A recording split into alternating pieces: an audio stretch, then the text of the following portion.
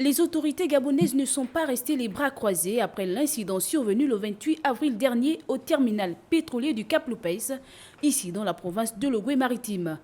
Une délégation des administrations du pétrole et de l'énergie est venue sur place pour apprécier l'évolution de la situation ce mardi, après des fuites du brut du bac de stockage R17.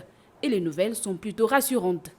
Nous sommes arrivés aujourd'hui pour constater, dans un premier temps, que les installations telles qu'elles avaient été décrites et l'incident tel qu'il a été décrit n'avait pas effectivement atteint le flanc marin. C'est la première constatation que nous faisons.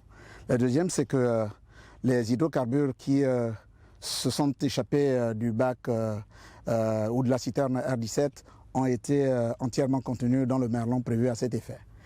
Aujourd'hui, ces hydrocarbures ont été récupérés, repompés vers d'autres citernes, en l'occurrence les deux qui se trouvent au voisinage, et nous comptabilisons 92% de ce volume désormais sécurisé.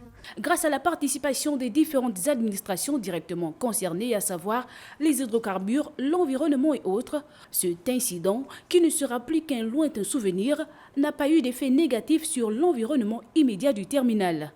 Aujourd'hui, l'activité sur ce terminal peut reprendre dans un délai relativement court. Pour ce qui est de la production du pétrole au Gabon, il n'y a plus d'effet sur la production. Il va y avoir quelques effets sur les capacités d'enlèvement, mais ce sera géré également en interne. Donc on tenait à rassurer quand même l'opinion publique sur la situation ici au niveau du Cap Lopez. Les techniciens sont à pied d'œuvre pour l'ouverture et l'instruction du dossier relatif à la fuite du pétrole sur le bac R17 du terminal Cap Lopez, à 17 km de la ville de Port-Gentil, la capitale économique du Gabon.